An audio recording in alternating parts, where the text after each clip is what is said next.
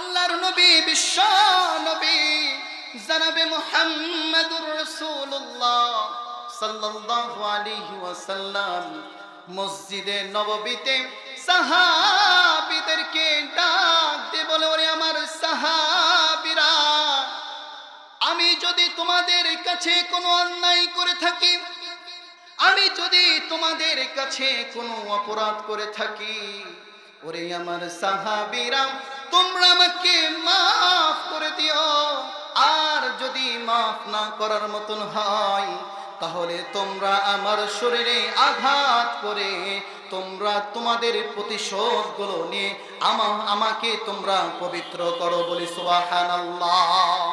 একজন সাহাবী আল্লাহর নবী বিশ্ব নবীজিকে ডাক দিয়ে বলে, ইয়া রাসূলুল্লাহ, ইয়া হাবিবাল্লাহ, আমি আপনাকে মাফ করতে পারি না, আমি আপনার শরীরে আঘাত করে প্রতিশোধ নিতে চাই। বলি নাউজুবিল্লাহ। আল্লাহর নবী বিশ্ব নবী জনাবে মুহাম্মদুর রাসূলুল্লাহ সাহাবীদেরকে বলেন, সাহাবীরা রে, যাও ঘর থেকে একটি চাবুক নিয়ে এসো, এই সাহাবীর হাতে দাও। আল্লাহর নবীর সাহাবী একজন সাহাবী চাবুক এনে ওই সাহাবীর হাতে দিলেন। সাহাবীর হাতে যখন দিলেন, সাহাবী বলে, ইয়া রাসূলুল্লাহ, ইয়া হাবিবাল্লাহ, আমাকে যখন চাবুকটা পিঠে লেগেছিল তখন আমি খালি গায়ে ছিলাম, আপনার পিঠ মোবারকে খালি গা না হওয়া পর্যন্ত আমি চাবুক মারব না। আল্লাহর নবী বিশ্ব নবীজি সাহাবীর এই কথা শোনার পর আল্লাহর নবী বিশ্ব নবীজি পিঠ মোবারক থেকে জামাটা খুললেন। বলি সুবহানাল্লাহ। যখন পিঠ মোবারক থেকে জামাটা খুললেন, আল্লাহর হাবিব বিশ্ব নবীজির ডান কাঁধে নবুয়তের সিল মোহরটা নূরের ঝলকে ঝলঝল করছিল। আর ওই সাহাবী চাবুকটা দূরে ফেলে দিয়ে আল্লাহর নবী বিশ্ব নবীজির ওই মোহরের সিল মোহরের নবুয়তের উপরে ওই সাহাবী জড়িয়ে ধরে চুমা খেয়ে দিয়েছে। বলি সুবহানাল্লাহ। আল্লাহর নবী বিশ্ব নবীজি সাহাবীকে ডাক দিয়ে বলেন, ওরে সাহাবী, তুই এটা কি করলি? তুই আমাকে মারা বাদে, আঘাত করা বাদে, তুই আমাকে পবিত্র করা বাদে তুই আমাকে চুমু খেলি। সাহাবী ডাকতে বলে, ইয়া রাসূলুল্লাহ, ইয়া হাবিবাল্লাহ, আমার মারার অধিকার যদি থাকে, আপনাকে চুমু খেয়ে আমি জাহান্নামকে হারাম করারও অধিকার আমার আছে। বলি সুবহানাল্লাহ। যারা মুমিন হবে, পাঁচটা বৈশিষ্ট্য, পাঁচটা আদর্শ, এই আদর্শগুলো যারা নিজের কাছে ধারণ করতে পারবে, তাদের জন্য আল্লাহ রাব্বুল আলামিন তাদেরকে বলছে, উলাইকা হুমুল মুমিনুনা হাক্কা, তারাই হবে প্রকৃত মুমিন। তাদের জন্য আল্লাহ পাক স্পেশাল সম্মানজনক 3টি পুরস্কার রেখেছেন।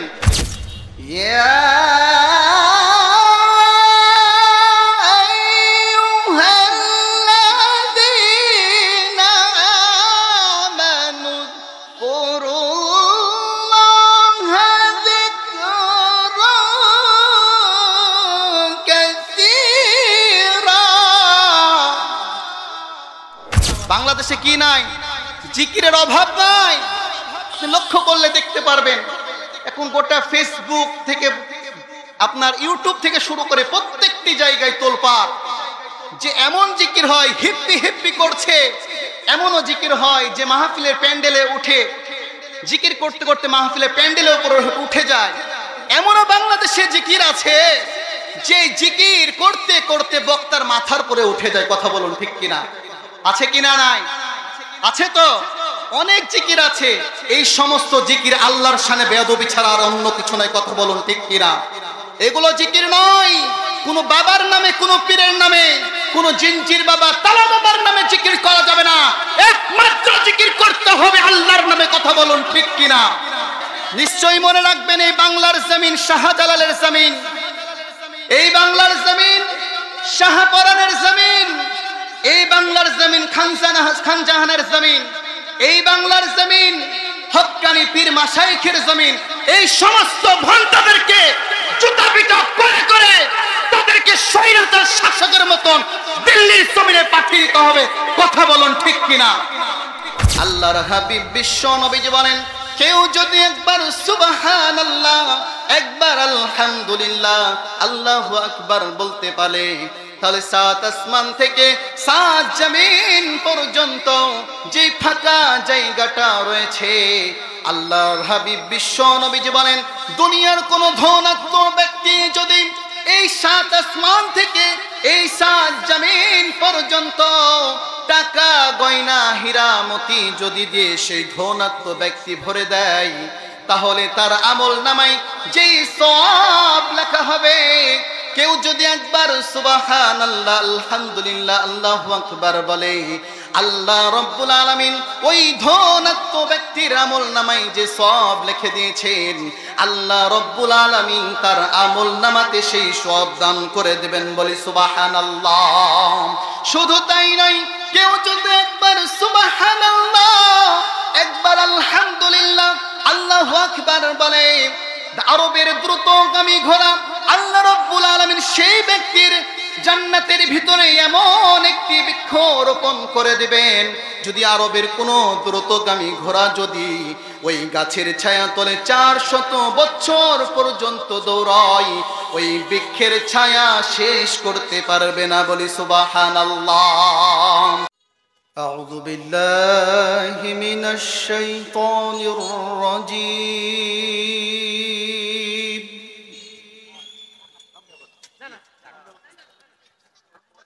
বিসমিল্লাহির রহমানির রহিম।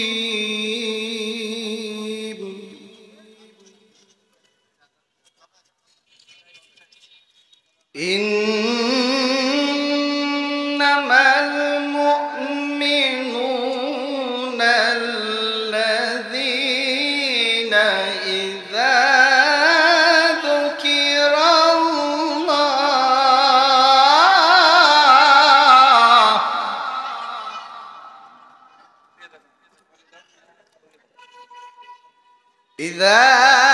ذكر الله وجلت قلوبهم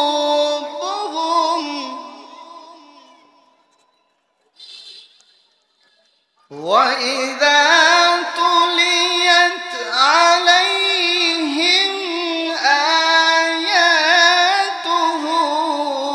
زادتهم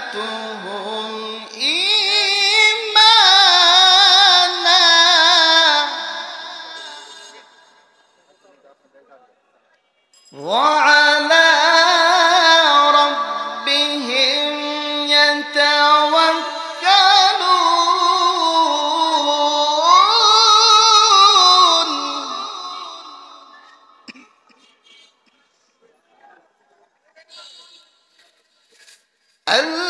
الذين يقيمون الصلاة ومما رزقناهم ينفقون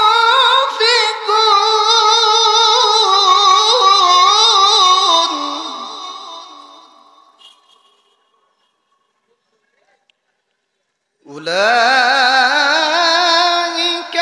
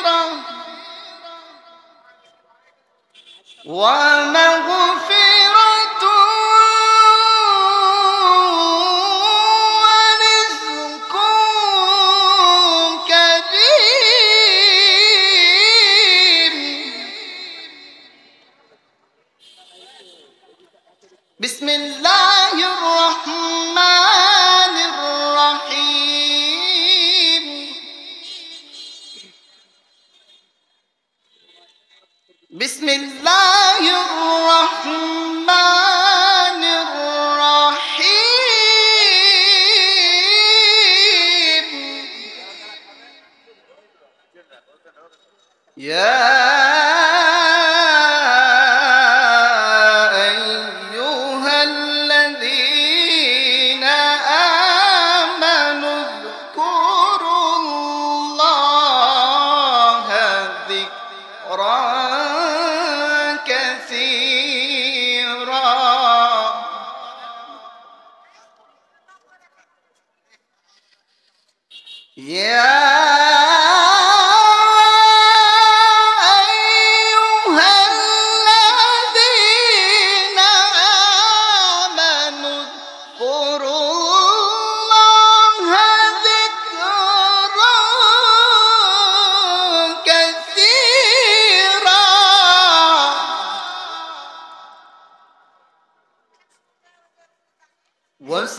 وسبحوه بكرة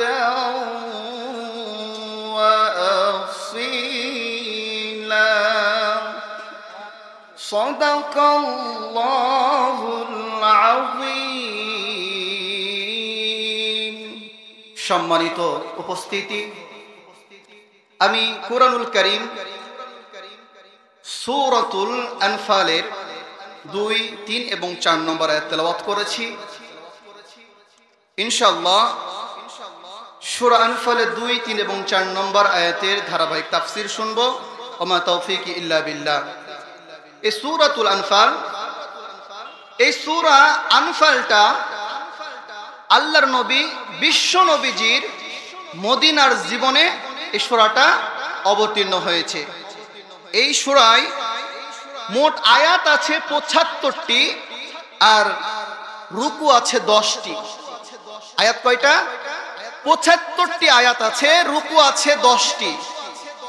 এই সূরাতুল আনফাল এর অধিকাংশই বিষয়বস্তু, আলোচিত বিষয়বস্তুই বদরের যুদ্ধে 313 জন সাহাবী, এই 313 জন সাহাবী হাজার হাজার কাফের বেঈমানকে বদরের প্রান্তে কচু কাটা করে, বদরের প্রান্তে সমস্ত ইহুদি নাস্তিকদেরকে কচু কাটা করে কেটেছিল।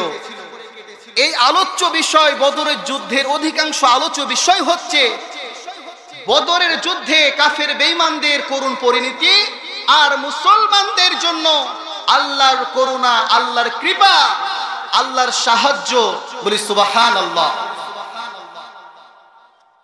এই সূরাটার 2, 3 এবং 4 নম্বর আয়াতে আল্লাহ পাক মুমিনের 5টি বৈশিষ্ট্য আর যারা মুমিন হবে 5টা বৈশিষ্ট্য, 5টা আদর্শ, এই আদর্শগুলো যারা নিজের কাছে ধারণ করতে পারবে তাদের জন্য আল্লাহ রাব্বুল আলামিন তাদেরকে বলছে উলাইকা হুমুল মুমিনুনা হাক্কা, তারাই হবে প্রকৃত মুমিন। তাদের জন্য আল্লাহ পাক স্পেশাল সম্মানজনক 3টি পুরস্কার রেখেছেন। কয়টি পুরস্কার? 3টি পুরস্কার। যারা 5টি গুণ অর্জন করতে পারবে আল্লাহ তাদেরকে সম্মানজনক 3টা পুরস্কার দেবেন।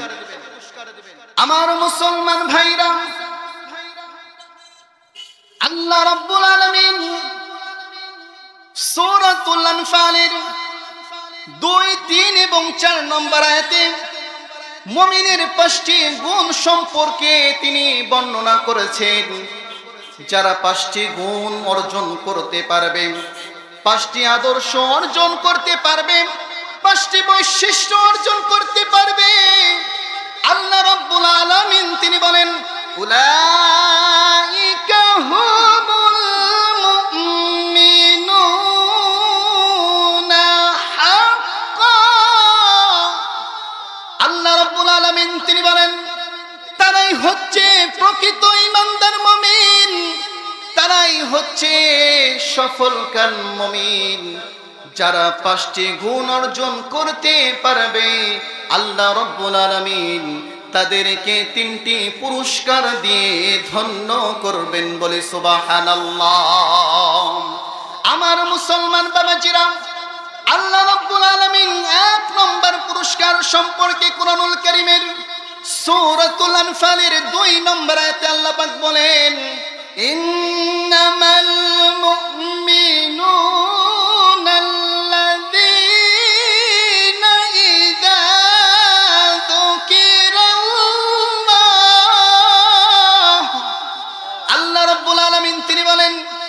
নিশ্চয় প্রকৃত মুমিন হবে, সচ্চা মুমিন হবে তারা ইযা যুকিরাল্লাহ, যখন তাদের সামনে আল্লাহর আলোচনা করা হয়, যখন তাদের সামনে আল্লাহর কোরআনের তাফসীর করা হয়, যখন তাদের সামনে আল্লাহর কথা স্মরণ করিয়ে দেওয়া হয়, ওয়াজিলাত কুলুবুহুম, তাদের অন্তর আল্লাহর ভয়ে, আল্লাহর আযাবের ভয়ে তাদের অন্তরের মধ্যে থরথর করে কাঁপনে উঠে যায়।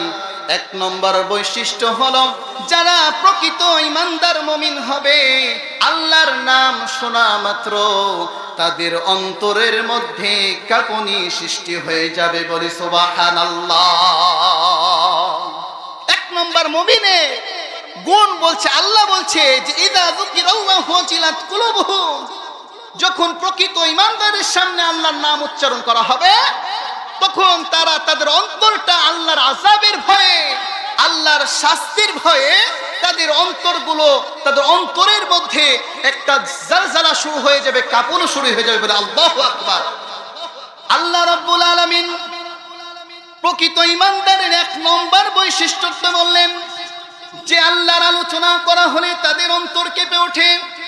আল্লাহ রাব্বুল আলামিন এই সমস্ত মুমিন বান্দাদের সম্পর্কে কুরআনুল কারীমের আরেক জায়গায় আল্লাহ রাব্বুল আলামিন তিনি বলেন, সূরাতুল হজের 34 নম্বর আয়াতে আল্লাহ এই সমস্ত মুমিন বান্দাদেরকে সুসংবাদ দিয়ে ডাক দিয়ে বলেন, ওয়াবাশশিরিল মুখবিতিনাল্লাযীনা ইযা যুকিরাল্লাহু ওয়াজিলাত কুলুবুহুম, বলি আল্লাহু আকবার।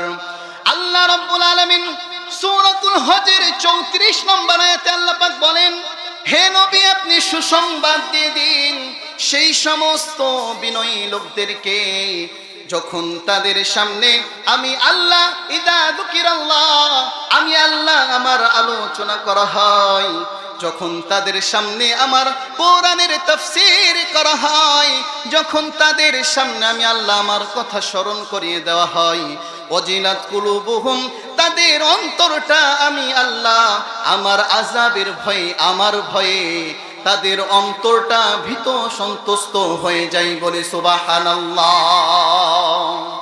আল্লাহ সূরাতুল হজের 34 নম্বর আয়াতে বলছে যে হে নবী আপনি সুসংবাদ দিয়ে দিন সেই সমস্ত বিনয়ী অবনতকারী লোকদেরকে যখন আমি আল্লাহ আমার জিকির করা হয়, আমি আল্লাহ আমার আলোচনা করা হয়, তাফসীর করা হয়, আমার কথা যখন স্মরণ করিয়ে দেওয়া হয়, তখন তাদের অন্তরগুলো আমি আল্লাহ আমার আযাবের ভয়ে, আমার ভয়ে তাদের অন্তরগুলো ভীত সন্তুষ্ট হয়ে পড়ে, বলে আল্লাহু আকবার। এই যে দুইটি আয়াত, সূরা আনফালের 2 নম্বর আয়াত আর সূরাতুল হজের এই দুইটি আয়াত যদি আপনি লক্ষ্য করেন, আল্লাহ বলছে ইযা যুকিরাল্লাহ, কার কথা বলা হয়েছে? আল্লাহর জিকিরের কথা বলা হয়েছে, যে যারা আল্লাহর জিকির করে, আল্লাহর জিকির, আল্লাহর আলোচনা শুনে, আল্লাহর কথা শুনে, আল্লাহর কোরআনের তাফসীর শুনে, এখানে আল্লাহর জিকিরের কথা বলা হয়েছে। এই জিকির আবার আমাদের বাংলাদেশে কিছু জিকির হয়, এই সমস্ত জিকির আবার নয়। বাংলাদেশে কি নাই? জিকিরের অভাব নাই। লক্ষ্য করলে দেখতে পারবেন এখন গোটা ফেসবুক থেকে আপনার ইউটিউব থেকে শুরু করে প্রত্যেকটি জায়গায় তোলপাড়, যে এমন জিকির হয় হিপ্পি হিপ্পি করছে, এমনও জিকির হয় যে মাহফিলের প্যান্ডেলে উঠে জিকির করতে করতে মাহফিলের প্যান্ডেলের উপর উঠে যায়। এমনও বাংলাদেশে জিকির আছে যে জিকির করতে করতে বক্তার মাথার পরে উঠে যায়। কথা বলুন ঠিক কিনা? আছে কিনা? নাই? আছে তো। অনেক জিকির আছে। এই সমস্ত জিকির আল্লাহর শানে বেয়াদবি ছাড়া আর অন্য কিছু নয়। কথা বলুন ঠিক কিনা? এগুলো জিকির নয়। কোন বাবার নামে, কোন পীরের নামে, কোন জিনজির বাবা, তালা বাবার নামে জিকির করা যাবে না। একমাত্র জিকির করতে হবে আল্লাহর নামে। কথা বলুন ঠিক কিনা? কার নামে জিকির করতে হবে? আল্লাহর নামে জিকির করতে হবে। তালা বাবার নামে, ছালা বাবার নামে, জিনজির যে বাবার নামে, অমুক বাবা তমুক বাবার নামে যদি জিকির করা হয়, এই জিকিরের কোনো ফায়দা আছে? ফায়দা আছে? কোনো ফায়দা নাই। জিকির যদি আল্লাহর নামে করতে পারেন, দুঃখজনক হলেও সত্য, এমনও জিকির বাংলাদেশে করে। আমি সেদিনকে একটি ফেসবুকে আমার সামনে চলে আসলো, বলছে পানির ভিতর জলে বাতি ঝড় বাতাসেও নিভে না, ন্যাংটা বাবার মুরিদ হইলে নামাজ রোজা লাগে না, বলেন নাউজুবিল্লাহ। এমন জিকির বাংলাদেশে করে না মনে হয়, করে কি করে না? এমন জিকির আছে, নিশ্চয়ই মনে রাখবেন এই বাংলার জমিন শাহজালালের জমিন, এই বাংলার জমিন শাহপরানের জমিন, এই বাংলার জমিন খানজাহানের জমিন, এই বাংলার জমিন হক্কানি পীর মাশাইখের জমিন। এই সমস্ত ভণ্ডদেরকে জুতা পিটা করে করে তাদেরকে স্বৈরাচার শাসকের মতন দিল্লির জমিনে পাঠিয়ে দিতে হবে। কথা বলুন ঠিক কিনা? এই সমস্ত ভণ্ডদের আস্তানা বাংলাদেশে কিভাবে থাকে আমার জ্ঞানে আসে না। 5 আগস্টের পূর্বে অনেক ভণ্ডদের মাজার ছিল, যারা যেগুলো 5 আগস্টের পরে দেখবেন লক্ষ্য করে সমস্ত ভণ্ড মাজার পূজারীর মাজারগুলোকে তাওহীদি জনতাগুলো তাদের মাজারগুলোকে গুড়িয়ে দিয়েছে। এটা বাস্তব। জিকির করতে হবে আল্লাহর নামে। আমার মুসলমান ভাইরা, কোন পীরের নামে জিকির করলে চলবে না, কোন তালা বাবার নামে জিঞ্জির বাবার নামে জিকির করলে চলবে না। যদি আপনি আল্লাহর জন্য জিকির করতে পারেন, আল্লাহর নবী বিশ্ব নবী জানাবে মুহাম্মাদুর রাসূলুল্লাহ সাল্লাল্লাহু আলাইহি ওয়াসাল্লাম কত সুন্দর সুন্দর জিকির শিখিয়ে দিয়েছেন।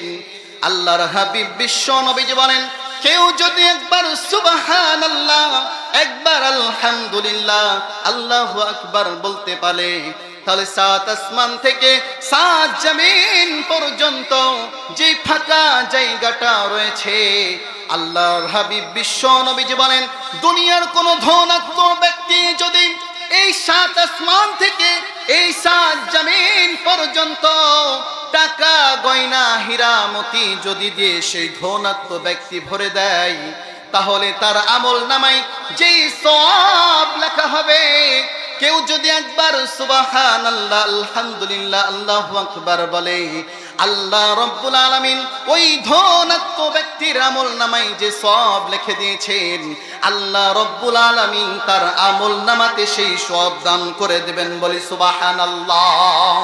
শুধু তাই নয়, কেউ যদি একবার সুবহানাল্লাহ, একবার আলহামদুলিল্লাহ, আল্লাহু আকবার বলে, আরবের দ্রুতগামী ঘোড়া আল্লাহ রাব্বুল আলামিন সেই ব্যক্তির জান্নাতের ভিতরে এমন একটি বৃক্ষ রোপণ করে দিবেন, যদি আরবের কোন দ্রুতগামী ঘোড়া যদি ওই গাছের ছায়া তলে 400 বছর পর্যন্ত দৌড়ায়, ওই বৃক্ষের ছায়া শেষ করতে পারবে না। বলি সুবহানাল্লাহ। আপনি যদি আল্লাহর নামে জিকির করতে পারেন, আপনি কোন তালা বাবা জিঞ্জির বাবার নামে জিকির করতে পারেন না, আল্লাহ রাব্বুল আলামিন তিনি ইমানদারদেরকে ডাক দিয়ে বলেন, ইয়া আইয়ুহাল্লাযীনা আমানু যকুরুল্লাহা যিকরান কাসীরা। আল্লাহু আকবার। হে ইমানদারগণ, তোমরা আল্লাহর নাম বেশি বেশি করে স্মরণ করো, আল্লাহর নামে বেশি বেশি জিকির করো। যদি তোমরা আল্লাহর নামে জিকির করতে পারো, আল্লাহর নামে যদি তোমরা আল্লাহকে বেশি বেশি স্মরণ করতে পারো, আল্লাহ রাব্বুল আলামিন তিনি বলেন, আলা বিযিকরিল্লাহি তাতমাইন্নুল কুলুব। তিনি বলেন, আপনি যদি আল্লাহর নামে জিকির করেন, আল্লাহর কথা স্মরণ করেন, আল্লাহর জিকিরের দ্বারা অশান্ত আত্মাগুলো আল্লাহর জিকির করার কারণে আল্লাহ রাব্বুল আলামিন তাদের অন্তরে প্রশান্তি দান করে দেন। বলি সুবহানাল্লাহ। আল্লাহর নামে যদি জিকির করতে পারে, টেনশনভুক্ত মানুষগুলো, অশান্ত আত্মাগুলোকে আল্লাহ বলছে, আলা বিযিকরিল্লাহি তাতমাইন্নুল কুলুব। যে আল্লাহর নামে জিকির করতে পারেন, আল্লাহর জিকিরের দ্বারা একটা অশান্ত আত্মাগুলো আল্লাহ এই দিলের ভিতরে অন্তরের ভিতরে একটা প্রশান্তি দান করেন, বলি আল্লাহু আকবার। এক নম্বর, ইদা যুকিরাল্লাহু, আল্লাহর জিকিরের কথা বলা হয়েছে, ওয়াজিলাত কুলুবুহুম, আল্লাহর কথা যখন স্মরণ করিয়ে দেওয়া হয়, ওয়াজিলাত কুলুবুহুম, তখন মুমিনের অন্তরটা আল্লাহর ভয়ে, আল্লাহর আযাবের ভয়ে মুমিন বান্দার অন্তরের মধ্যে থরথর করে কাঁপনে উঠে যায়, বলে সুবহানাল্লাহ।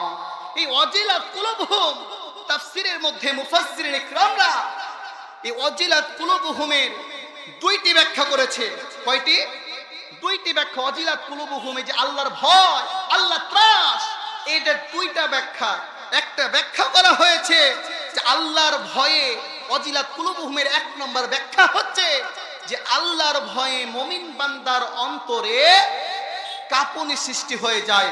আর দুই নম্বর, ওয়াজিলাত কুলুবুহুমের দুই নম্বর মুফাসসিরিন ইকরামরা এর ব্যাখ্যা করেছে যে আল্লাহর ভালোবাসায়, আল্লাহর মহব্বতে, আল্লাহর প্রেমে আল্লাহর বান্দাগুলোর অন্তরগুলো আল্লাহর পাগল পারা হয়ে যায়, বলি সুবহানাল্লাহ। তাহলে এক নম্বর কি? আল্লাহর ভয়ে যারা ঈমানদার মুমিন ব্যক্তি, তাদের অন্তরগুলো আল্লাহর আযাবের ভয়ে, আল্লাহর ভয় কেঁপে ওঠে।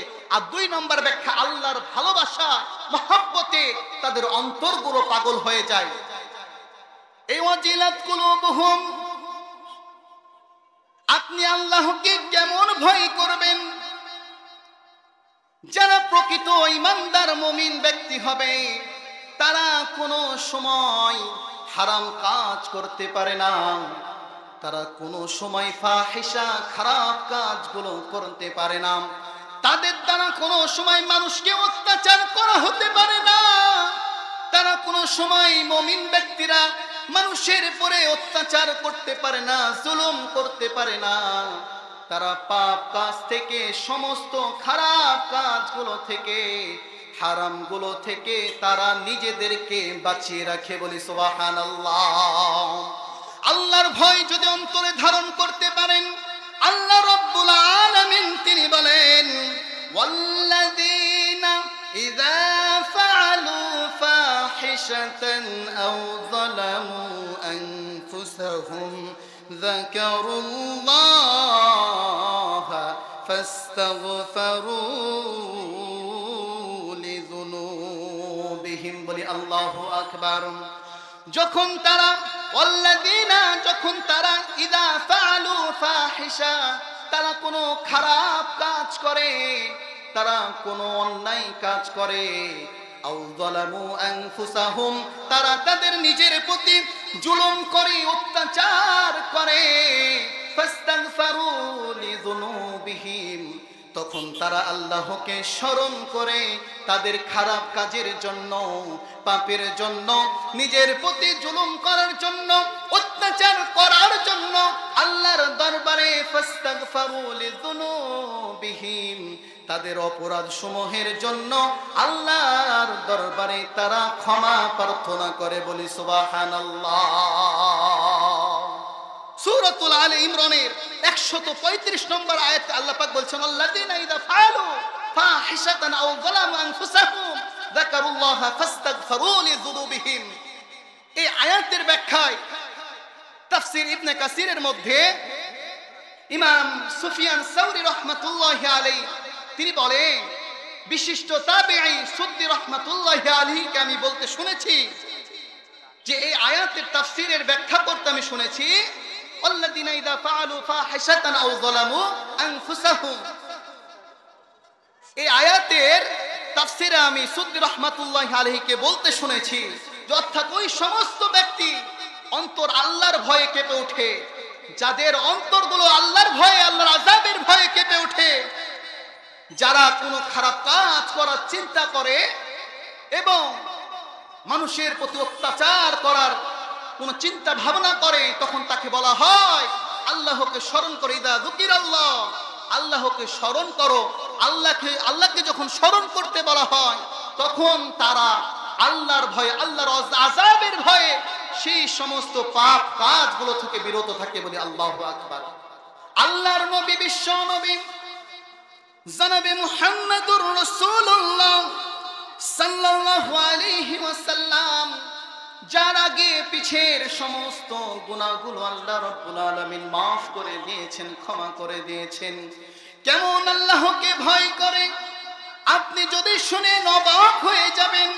আল্লাহর নবী, বিশ্ব নবী জনাবে মুহাম্মদুর রাসূলুল্লাহ সাল্লাল্লাহু আলাইহি ওয়াসাল্লাম মসজিদে নববীতে সাহাবীদেরকে ডাক দিয়ে বলে, ওরে আমার সাহাবীরা, আমি যদি তোমাদের কাছে কোনো অন্যায় করে থাকি, আমি যদি তোমাদের কাছে কোনো অপরাধ করে থাকি, ওরে আমার সাহাবীরা, তোমরা আমাকে মাফ করে দিও।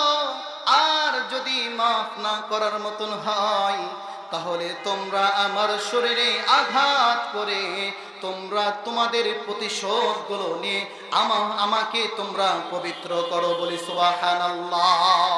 কেমন নবী সাহাবীদেরকে ডাক দিয়ে বলছে, ওরে আমার সাহাবীরা, আমি যদি তোমাদের কাছে কোনো অন্যায় করে থাকি, যদি কোনো অপরাধ করে থাকি, তোমাদের প্রতি জুলুম করে থাকি, তাহলে আমাকে তোমরা মাফ করে দিও। আর যদি মাফ করার মতন না হয়, তাহলে তোমরা আমার শরীরে আঘাত করে তোমরা প্রতিশোধ নিয়ে নিও। বলে আল্লাহু আকবার। আল্লাহর নবী, বিশ্ব নবীজি যখন এই কথাটা সাহাবীদেরকে বললেন, সাহাবীদের মধ্যে কান্নার রোল পড়ে গেল। একজন সাহাবী আল্লাহর নবী, বিশ্ব নবীজিকে ডাক দিয়ে বলে, ইয়া রাসূলুল্লাহ, ইয়া হাবিবাল্লাহ, আমি আপনাকে মাফ করতে পারি না, আমি আপনার শরীরে আঘাত করে প্রতিশোধ নিতে চাই। বলে নাউজুবিল্লাহ। যখন ওই সাহাবী এই কথা বললেন, সমস্ত সাহাবীরা রাগান্বিত হয়ে গেলেন। আরে সাহাবী, তোর কত বড় আস্পর্ধা, তোর কত বড় সাহস, তুই আল্লাহর নবী, বিশ্ব নবীজির গায়ে তুই আঘাত করে প্রতিশোধ নেবে। ওরে সাহাবী, তুই জানিস না যেই নবীর গায়ে মশা মাছি পড়া হারাম, সেই নবীর গায়ে তুই আঘাত করবি? সাহাবীদেরকে ডাক দিয়ে বলে, ওরে আমার সাহাবীরা, তোমরা ওকে কিছু বলবে না, তোমরা ওই সাহাবীকে কিছু বলবে না, তাকে আমার কাছে পাঠাও, তাকে আমার দিকে তোমরা পাঠিয়ে দাও। আমার শরীরে আঘাত করে ওই সাহাবী তার প্রতিশোধ নিয়ে আমাকে পবিত্র করবে। বলি সুবহানাল্লাহ। এবার সাহাবী আল্লাহর নবী, বিশ্ব নবীজির দিকে আগালেন। সাহাবী আল্লাহর হাবিবের কাছে যখন গেলেন, আল্লাহর হাবিব ডাক দিয়ে বলে, ওরে আমার সাহাবী, কেন তুমি আমার শরীরে আঘাত করবে? কেন তুমি মাফ করতে পারবে না? সাহাবী ডাক দিয়ে বলে, ইয়া রাসূলুল্লাহ, ইয়া হাবিবাল্লাহ, আপনি যখন কোন যুদ্ধের ময়দানে যাচ্ছিলেন, আপনি ঘোড়ার উপর সওয়ার করে যাচ্ছিলেন, আর আমি ঘোড়ার পিছে ছিলাম। আপনি যখন ঘোড়াতে চাবুকটা মারছিলেন, ইয়া রাসূলুল্লাহ, ইয়া হাবিবাল্লাহ, ঘোড়ার উপর চাবুকটা না লেগে আমি সাহাবী, আমার পিঠেতে চাবুকটা লেগেছে। ইয়া রাসূলুল্লাহ, ইয়া হাবিবাল্লাহ, আমি কোনো অন্যায় করি নাই, আমি কোনো অপরাধ করি নাই, আমার কোনো অপরাধ নাই। ইয়া রাসূলুল্লাহ, ইয়া হাবিবাল্লাহ, আপনার শরীরে আমি আঘাত করে প্রতিশোধ নিতে চাই। যখন সাহাবী এই কথা বললেন, আল্লাহর নবী, বিশ্ব নবী জনাবে মুহাম্মদুর রাসূলুল্লাহ সাহাবীদেরকে বললেন, সাহাবীরা রে, যাও ঘর থেকে একটি চাবুক নিয়ে এসো, এই সাহাবীর হাতে দাও। আল্লাহর নবীর সাহাবী, একজন সাহাবী চাবুক এনে ওই সাহাবীর হাতে দিলেন। সাহাবীর হাতে যখন দিলেন, সাহাবী বলে, ইয়া রাসূলুল্লাহ, ইয়া হাবিবাল্লাহ, আমাকে যখন চাবুকটা পিঠে লেগেছিল, তখন আমি খালি গায়ে ছিলাম। আপনার পিঠ মোবারকে খালি গা না হওয়া পর্যন্ত আমি চাবুক মারব না। আল্লাহর নবী, বিশ্ব নবীজি সাহাবীর এই কথা শোনার পর আল্লাহর নবী বিশ্ব নবীজি পিঠ মোবারক থেকে জামাটা খুললেন, বলি সুবহানাল্লাহ। যখন পিঠ মোবারক থেকে জামাটা খুললেন, আল্লাহর হাবিব বিশ্ব নবীজির ডান কাঁধে নবুয়তের সিল মোহরটা নূরের ঝলকে ঝলঝল করছিল। আর ওই সাহাবী চাবুকটা দূরে ফেলে দিয়ে আল্লাহর নবী বিশ্ব নবীজির ওই মোহরের সিল মোহরের নবুয়তের উপরে ওই সাহাবী জড়িয়ে ধরে চুমা খেয়ে দিয়েছে, বলি সুবহানাল্লাহ।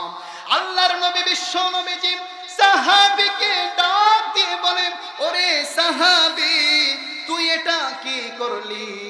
তুই আমাকে মারা বাদে, আঘাত করা বাদে, তুই আমাকে পবিত্র করা বাদে তুই আমাকে চুমু খেলি। সাহাবী ডাকতে বলে, ইয়া রাসূলুল্লাহ, ইয়া হাবিবাল্লাহ, আমার মারার অধিকার যদি থাকে, আপনাকে চুমু খেয়ে আমি জাহান্নামকে হারাম করারও অধিকার আমার আছে, বলি সুবহানাল্লাহ। আল্লাহর নবী বিশ্ব নবীজি আল্লাহকে ভয় করেছে। কিয়ামতের ময়দানে কেউ যদি কারো প্রতি জুলুম করে, অত্যাচার করে, কিয়ামতের ময়দানে আল্লাহর কাঠগড়ায় দাঁড়াতে হবে কি হবে না? এই জন্য সাহাবীরা যেভাবে আল্লাহকে ভয় করেছে, ইনশাআল্লাহ আমরাও ভয় করব।